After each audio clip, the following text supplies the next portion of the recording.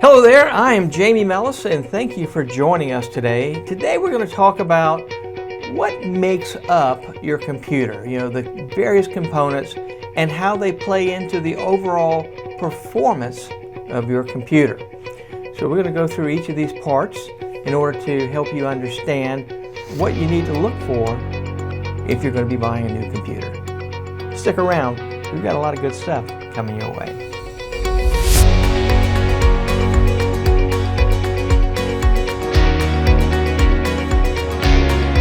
All right, welcome back. We're going to talk about computers, desktops, laptops, pretty much lumping them all together.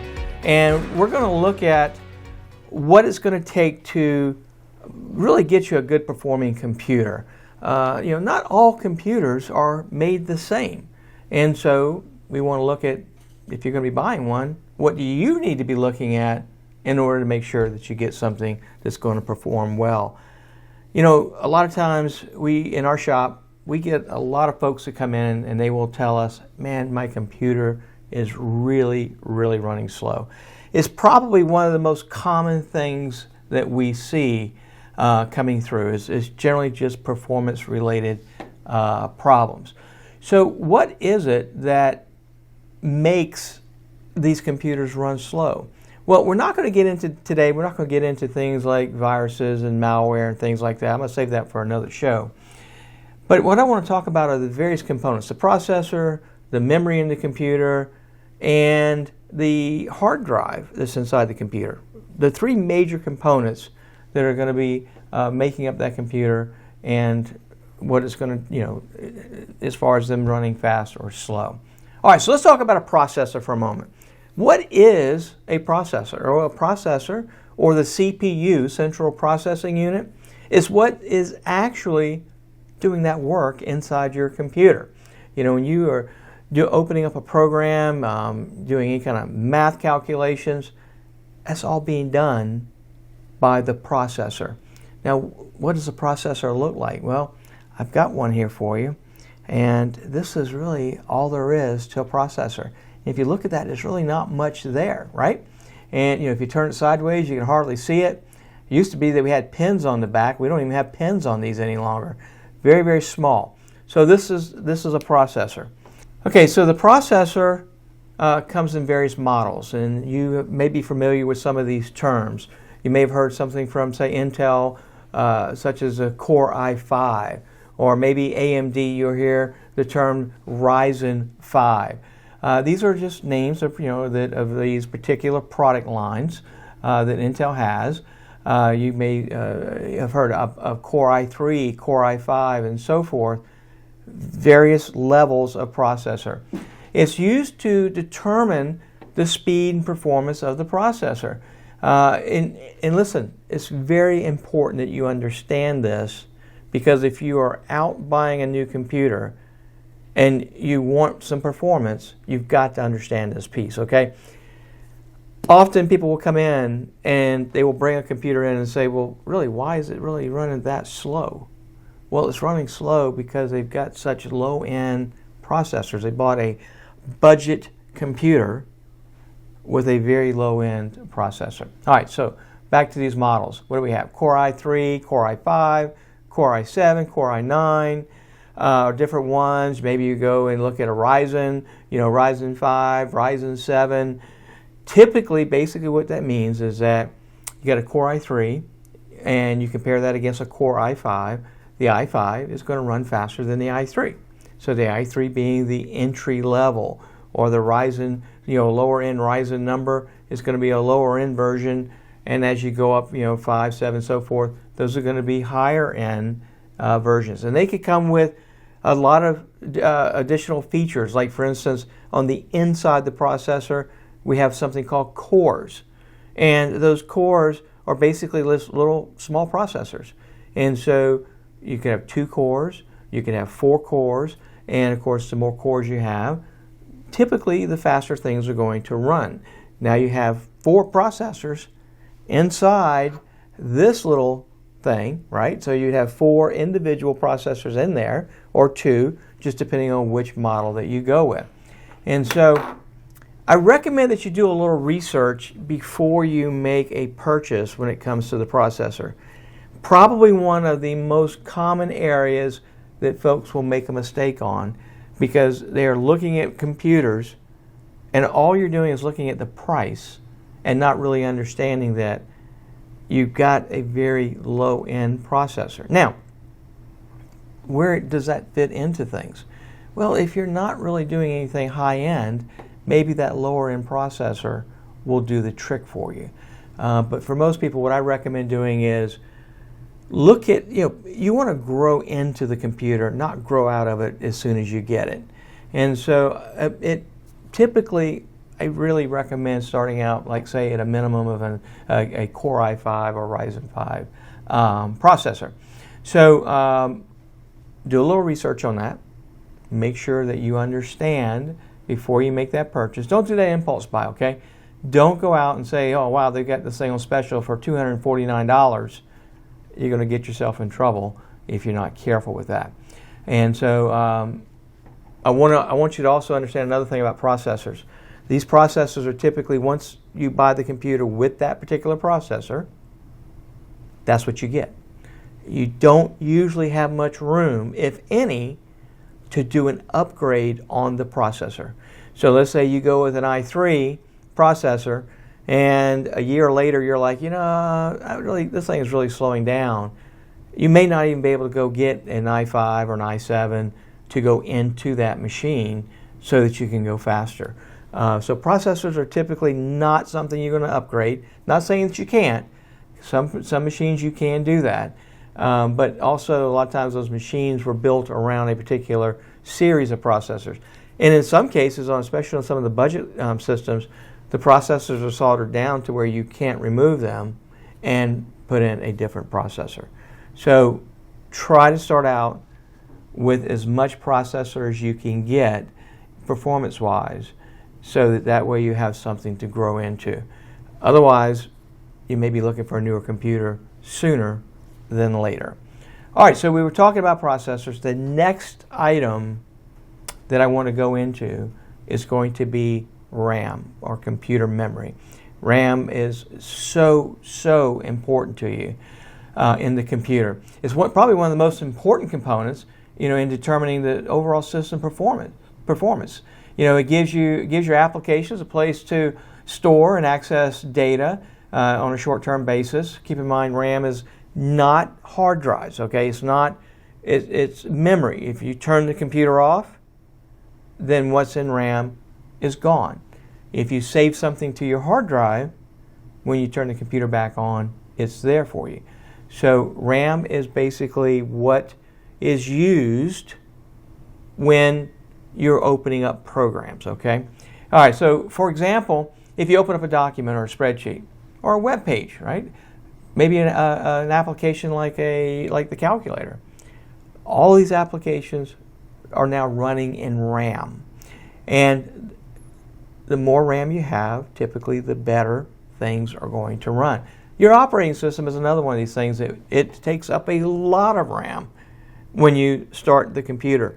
Before you ever even open the first application, you can see that a lot of the RAM is consumed by the operating system and all of the little programs behind the scenes. For example, if you open a document or a spreadsheet, a web page, maybe even an application like the calculator, this all takes up RAM. Your operating system, Windows itself, takes up a lot of RAM. So when you first open up these, or when you first turn on your computer, a good bit of your RAM is actually already being used. So you need to make sure that you have enough RAM for the applications and the documents and so forth that you're using.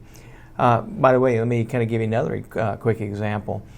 A lot of people like to use something called tabbed browsing. That's where you open up a web page.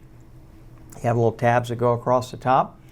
Well, if you open up a whole lot of tabs, each tab is taking up RAM, right? It's not just the browser times one, it's the browser times however many tabs that you have open.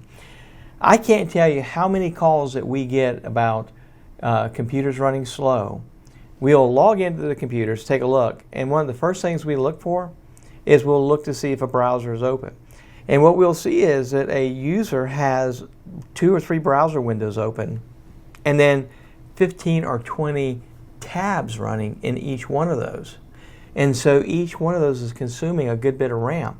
Now there's something I like to call memory leaks, where if you open up that web page and you just simply minimize that web page, come back tomorrow and look before and after and see how much RAM, and you'll see that the next day you haven't done anything on that web page, but it's consuming a lot more RAM the next day than it did previously, right?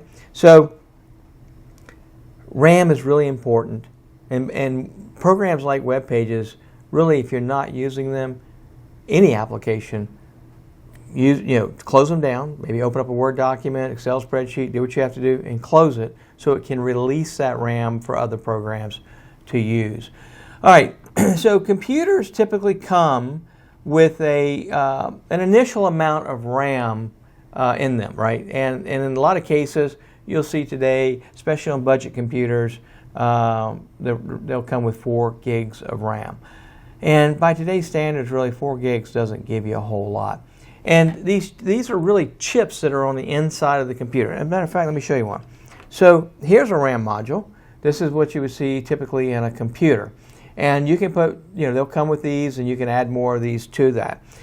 For a laptop, then you have this, which is, you can see, a little bit smaller. Another reason why it costs a little bit more money for laptop components, because they're just a lot smaller. You'll see that in a minute when it comes to hard drives. And so some computers, budget computers, will come with RAM soldered down, and there are no upgrade options on that computer. You really want to be careful with that. You want to stay away from that, because whatever it comes with is all you'll ever have. And what if you upgrade to an operating system, or you want to run other programs that need more RAM? Well, you want that ability to plug in more of those memory modules. So do a little homework on that when you're buying a new computer, and make sure that you do have some upgrade options available to you to upgrade RAM. A number of systems today, they come sealed, where it's like an all-in-one system, and you can't add components on the inside. You can't touch the processor, you can't go inside and upgrade RAM, you can't upgrade the hard drive, and you need to be very, very careful with that. Sometimes you'll have a salesman who will tell you, oh yeah, these are upgradable, but if you do a little research, you'll find that you need to send it off to have it upgraded, or they're not upgradable at all. And so you don't want to get in that situation. I recommend that you start out with a minimum of 8 gigs of RAM in your computer, okay?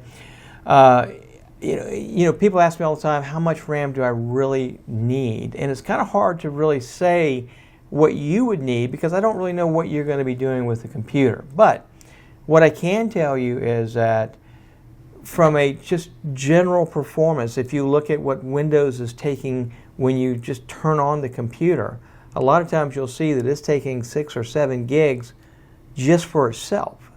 So if you want to run other programs, then it has to swap stuff in and out of RAM, and that slows down the computer. So 4 gigs, typically budget type computers, I would be very careful with that. 8 gigs minimum is my recommendation. If you are what I would call a power user, this is a person that's going to be opening up a number of applications. If you're doing a lot of, say, web surfing, it used to be in the old days, if you told me you did a lot of web surfing, I would say, well, you don't need much for that. But today's websites are just full of stuff on ads and multimedia, lots of high-end content, and it takes a lot of RAM to run that.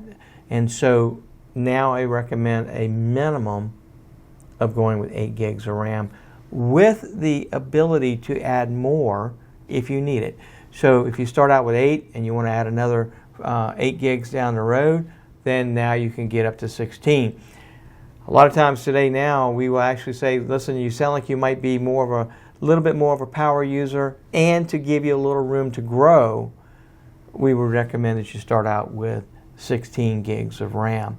And I'm going to tell you, if you run a machine with 4 gigs, run the exact same machine with 8 gigs, and then go to 16, you're going to be shocked at the difference in performance that you get, especially if you're opening up a lot of applications.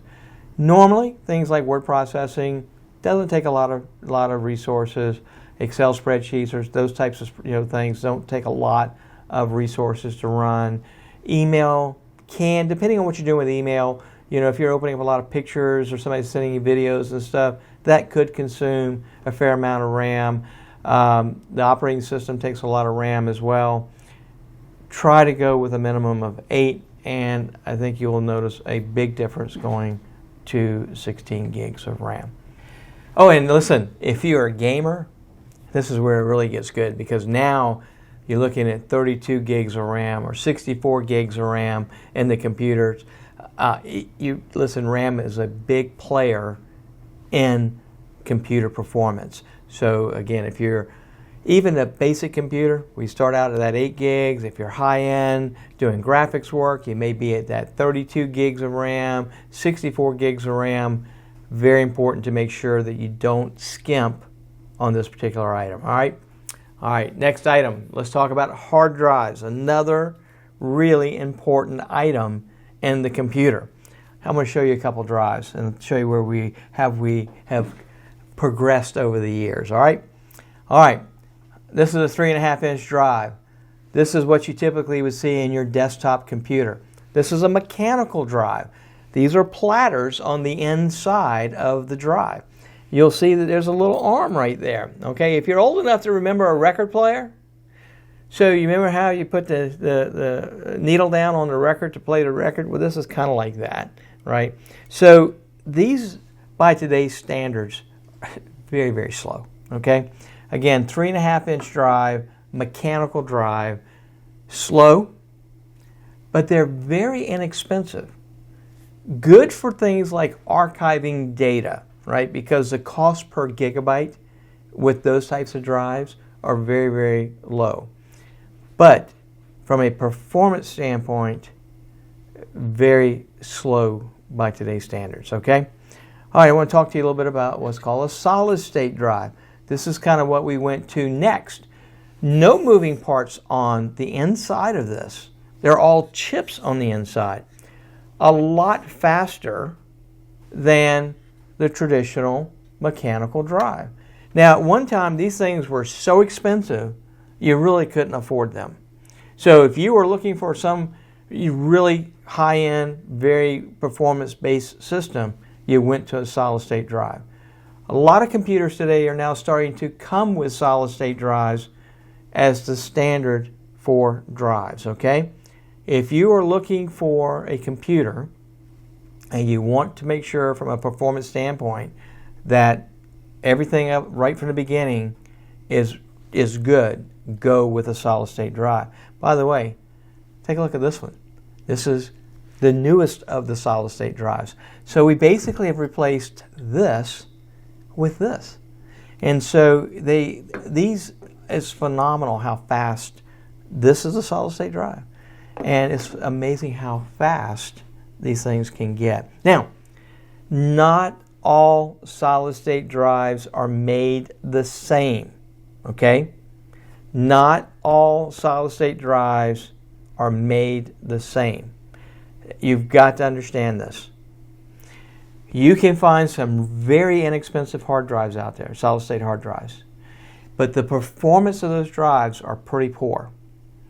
You need to do a little research on the drives, if you can. Sometimes there's no way for you to know what kind of drive is on the inside of that computer. But if you can, try to see if you can find out what kind of drive is in the system. You want one that has some good read and write performance to them. The difference in speed between these solid-state drives and the mechanical drives is phenomenal.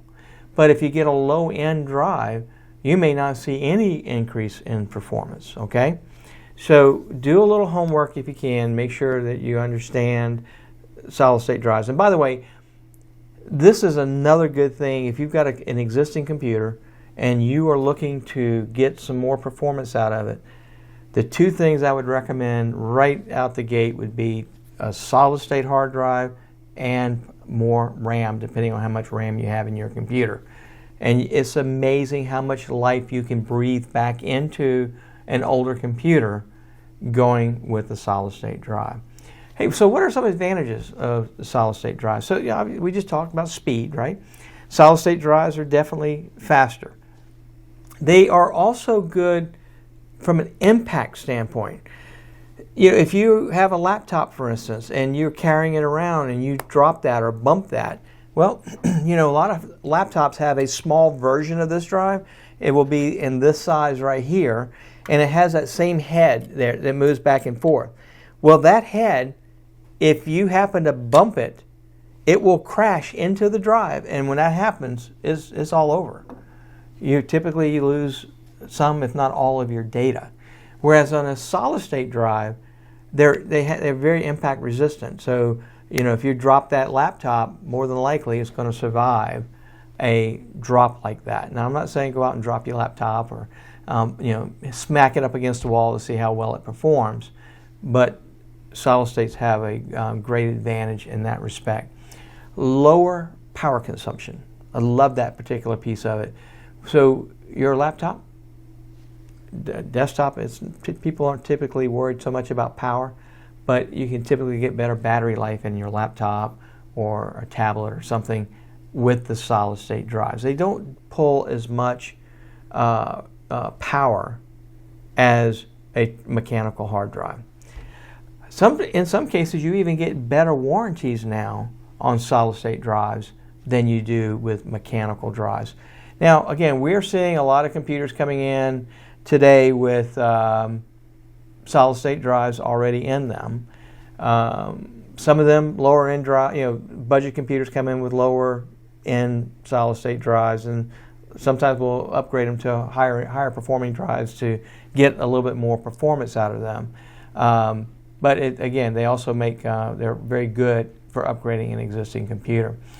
Another advantage is heat. A lot of these drives produce little to no heat. Now, the newer generations of the solid-state drives, especially the little ones like this, they're now coming with heat sinks on them to help absorb the amount of heat that those drives generate really fast, and as a result of that, they do generate a fair amount of heat. So if you feel that your laptop is running a little bit warm, it could be a result of that solid-state drive. All right, disadvantages of solid-state drive: costly, a little bit more costly than what you would find in a mechanical drive. Some of them actually have a shorter lifespan because you can only write so many times to a solid-state drive, and eventually it locks itself to where you can't write to it anymore. You can read the drive, where you can transfer your data to a new drive, but they're getting better with that. And so early on, I remember seeing that there were drives that 2 years in, 3 years in, you had to go ahead and replace the solid-state drives because you wrote to them so much that they would wear down and lock. And so I shouldn't use the word wear down. Basically, the cells inside the drives only allow you to write to them a certain number of times. And then in order to protect you, they lock the cell eventually, move the data to a new unused cell, and you can continue to use the drive. But over time, you run out of cells and you end up needing to replace the drive. Now again, another disadvantage could be heat. Earlier I said an advantage is heat. Many of the drives don't produce a lot of heat, but the newer drives do produce heat. And again, from a size perspective, much smaller than the old ones.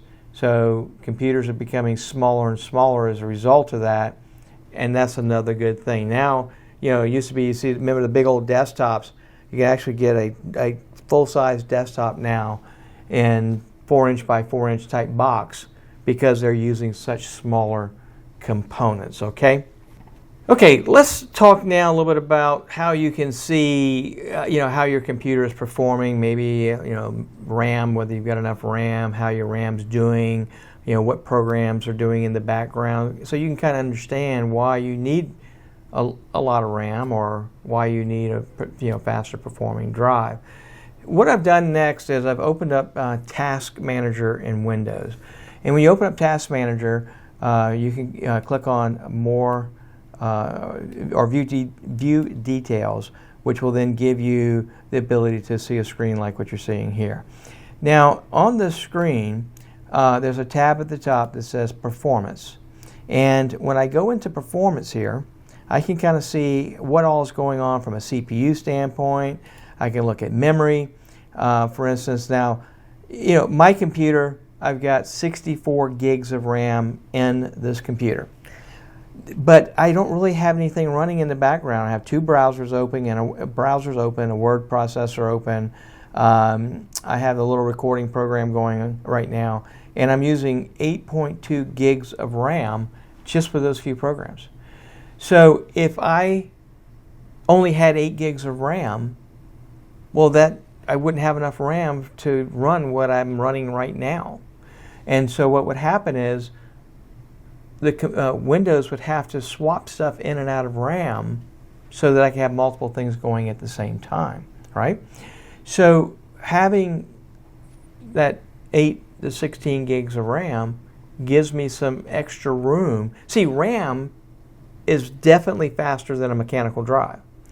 Now, solid-state drives and RAM are generally about the same speed. Well, when you swap things in and out of memory, there's a process of doing that, and it slows the computer down a little bit, more so with mechanical drives than with solid-state drives. Because what happens is if you don't have enough RAM, then let's say you had a web page open and you're not using it. It's got to take it out of RAM, write it to a file on the computer, release it from RAM for something else to get in there. Then when you go back to that web page, you just got to go back to the hard drive, read it back into RAM, slows that process down. Well, if you had enough RAM to begin with, you're not going through that process of moving stuff in and out, and the computer will run quicker. So again, that's why if you're running 4 gigs of RAM, consider going to 8 or 16 gigs of RAM. Now, if you have a really old computer, it may not make sense to put that kind of money into an older machine. The only way to know that would be to bring it in, have a professional look at it to see whether or not it's worth putting that kind of money in. So we looked at CPU. We're going to look at solid states, or look at the hard drive. Mine has a solid state drive in. Right now it's not really getting taxed at all. If there was a lot going on in the background where I'm doing lots of reads and writes to the system, you would see that in there. So not much going on. But let me take you over to another tab that says Processes. And if we look at the very top up here, you'll see like CPU, and I can click the heading, and it will show me all the programs that I'm running and how much each program is consuming. Memory, in this case it says I'm using 13% of my RAM, and I can go down and see which one is using the most RAM. If I look at my hard drive, I can click on that column and it tells me how much hard drive activity is going on with that particular program. This is great when a customer comes in and we sit down and we show them and say, listen, let me show you what you have going on your system and why you're having these problems. And typically adding that additional RAM or the additional or going to a solid state drive will make a big difference. So, all right, so those are the main components that affect the overall performance of the computer. Processor, if you can afford a better processor, try to look at that as much as possible. If you can get anywhere from 8 to 16 for your minimum on your memory, that is what I would recommend.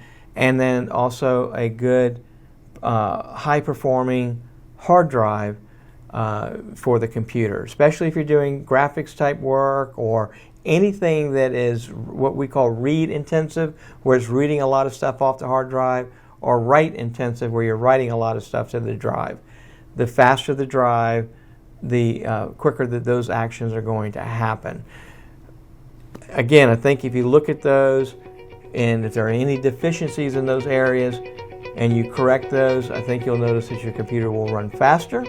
Or if you're buying a new computer, make sure you touch on each of those three to make sure that your initial investment is money well spent, so that you can grow into that computer instead of out of it. All right, I hope this helps. We see you next time on The Jamie Millis Show.